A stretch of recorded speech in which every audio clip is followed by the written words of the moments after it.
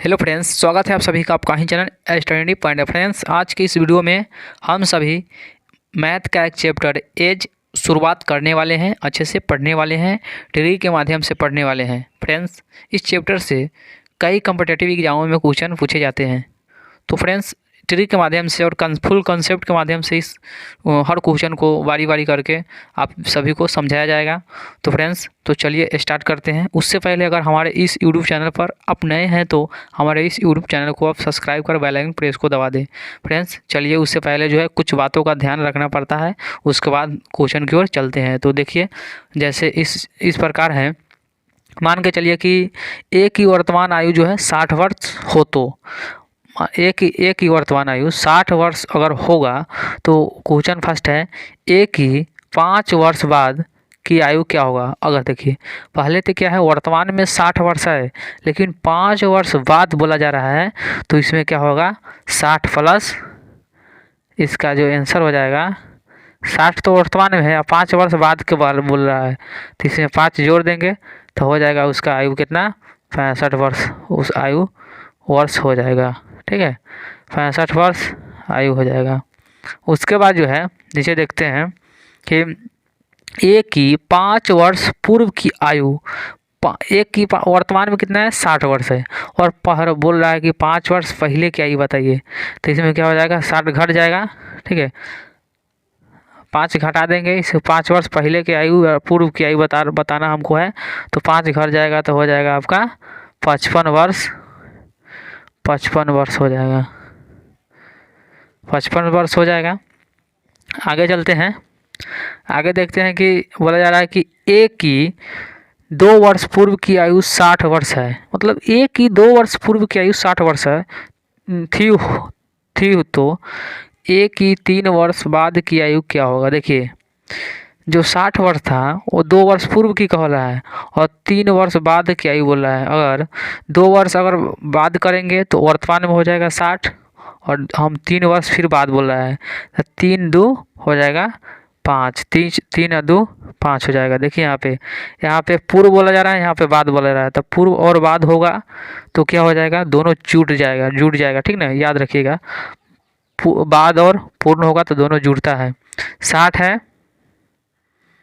है और उसके बाद बोला रहा है 3 वर्ष पूर्व की 60 वर्ष आयु, 2 वर्ष पूर्व की 60 वर्ष हो जाएगा, तो 2 वर्ष हम बढ़ा देंगे तो वर्तमान में ही हो जाएगा, उसके बाद बोला है 3 वर्ष बाद, तो उसके बाद 3 हम फिर इसमें जोड़ देंगे, 3 जोड़ देंगे तो हो जाएगा कितना, 65 वर्ष हो जाएगा,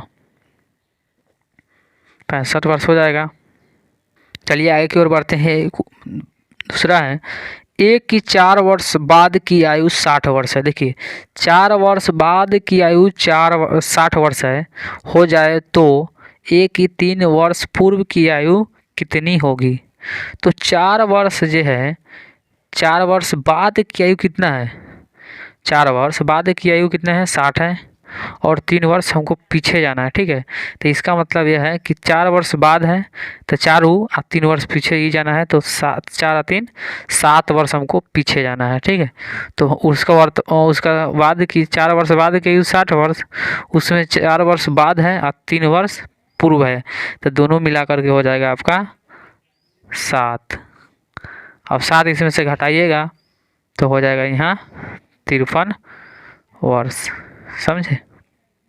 देखिए फ्रेंड्स, यहाँ बाद और पूर्व को जो है एकदम समझ लीजिएगा बढ़िया से, बाद और पूर्व होगा दोनों जुट जाएगा। ठीक है, दोनों जुट जाएगा, जैसे यहाँ पे 2 वर्ष पूर्व था, 3 वर्ष बाद था, दोनों जुट गया है। दोनों यहाँ बाद बोला है इसलिए हम जोड़े हैं, यहाँ पे पूर्व बोला है इसलिए हम इसको घटा दिए हैं दोनों जोड़ करके। ठीक है, इस सब बाद और पूर्व को हाईलाइटर से बढ़िया से मार करके समझ करके पढ़िएगा। तो चलिए फ्रेंड्स, अब क्वेश्चन की ओर बढ़ते हैं। अब क्वेश्चन के माध्यम से आप सभी को समझाने का प्रयास करते हैं। क्वेश्चन नंबर फर्स्ट इस प्रकार है, सुरेश की आयु उसके पिता की आयु से आधी है, 20 वर्ष बाद उसके पिता की आयु उसकी आयु से 2.5 गुनी होगी, उसके पिता की वर्तमान आयु कितनी है, ये हमको पता करना है। तो चलिए, सुरेश को हम एस से डिनोट करते हैं और उसके पिता को एफ से डिनोट करते हैं। और क्या होता है कि सुरेश का जो आयु है पिता की आयु की आधी है, तो पिता को हम 2 मान लेते हैं, तो सुरेश को हो जाएगा 1 वर्ष हो जाएगा। उसके बाद बोला जा रहा है कि 20 वर्ष बाद, तो यहाँ पर आ जाएगा 20 वर्ष बाद जो है ना वो दोनों क्या हो जाता है, आपस में 2.5 गुनी हो जाती है। पिता की आयु पुत्र की आयु की 2.5 गुनी हो जाती है। तो 2.5 गुनी 1.5 गुनी भले, तो 1.5 गुनी हो जाती है। तो यहाँ पे हो जाएगा, निकल जाएगा, और 5 तिहाई 15, 5 दूना 10। तो क्या हो जाएगा, पिता की आयु पुत्र की आयु की 2.5 गुनी है, तो पिता की हो जाएगा 3 और पुत्र की हो जाएगा 2। तो हमको पिता की वर्तमान आयु ज्ञात करना है। ठीक है, तो पिता की वर्तमान आयु ज्ञात करना है। तो पिता की वर्तमान आयु ज्ञात करने के लिए क्या है, देखिए 20 वर्ष है, तो 20 को हम निश्चित डाटा मान लेते हैं। 20 को हम निश्चित डाटा मानते हैं। उसके बाद देखेंगे इसके बीच में जो है, देखिए यहाँ के बीच में दोनों के वर्ष के बीच में 1 वर्ष की वर्तमान और 20 वर्ष के बाद में 1 वर्ष के अंतर है। यहाँ पे अंतर कितना है, 20 वर्ष की। और उसके बाद बोला जा रहा है कि पिता की आयु, तो पिता की आयु कितना है वर्तमान में 2 और 2 हो जाएगा, तो यहाँ पे आपका हो जाएगा सीधा 40 वर्ष जो है पिता की आयु हो गया 20 वर्ष बाद।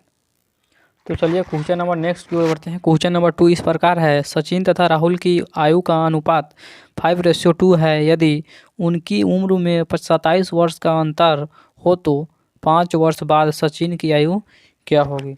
तो 5 वर्ष बाद सचिन की आयु पूछ रहा है। तो क्या फिर इसमें क्या करते हैं, सचिन को जो है S से डिनोट करते हैं और राहुल को R से डिनोट करते हैं। ठीक है, बोला जा रहा है कि वर्तमान में जो दोनों आदमी जो है वर्तमान में क्या है 5:2 के रेशियो में है। उसके बाद बोला जा रहा है कि दोनों का आयु का अंतर कितना है 27 वर्ष। दोनों का जब आयु का अंतर 27 वर्ष है, यहाँ अंतर कितना है, यहाँ अंतर दोनों में है 3 के, तो यहाँ फिर 3 का अंतर हो जाएगा। उसके बाद बोला जा रहा है सचिन का निकालने के लिए 6 वर्ष बाद सचिन का। तो सचिन का 6 वर्ष बाद बोला जा रहा है कि सचिन है 5 यहाँ पे, और 6 वर्ष बाद बोला रहा है तो 6 इसमें ऐड कर दीजिए, सचिन का आयु निकल जाएगा। तो 9 तिया 27 और 5 9 45 और 5 51 वर्ष इज द करेक्ट आंसर हो जाएगा। तो चलिए फ्रेंड्स नेक्स्ट क्वेश्चन की ओर बढ़ते हैं। क्वेश्चन नंबर 3 इस प्रकार है, ए तथा बी की वर्तमान आयु का अनुपात 6:7 है। यदि बी ए से 4 वर्ष बड़ा हो तो 4 वर्ष बाद ए तथा बी की आयु का अनुपात क्या होगा। देखिए यहाँ पे क्वेश्चन नंबर आपका 3 है। तो ए वर्तमान में क्या है,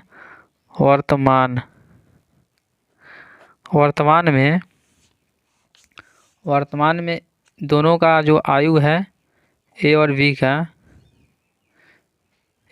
का आयु जो है ना 6:7 के रेशियो में है।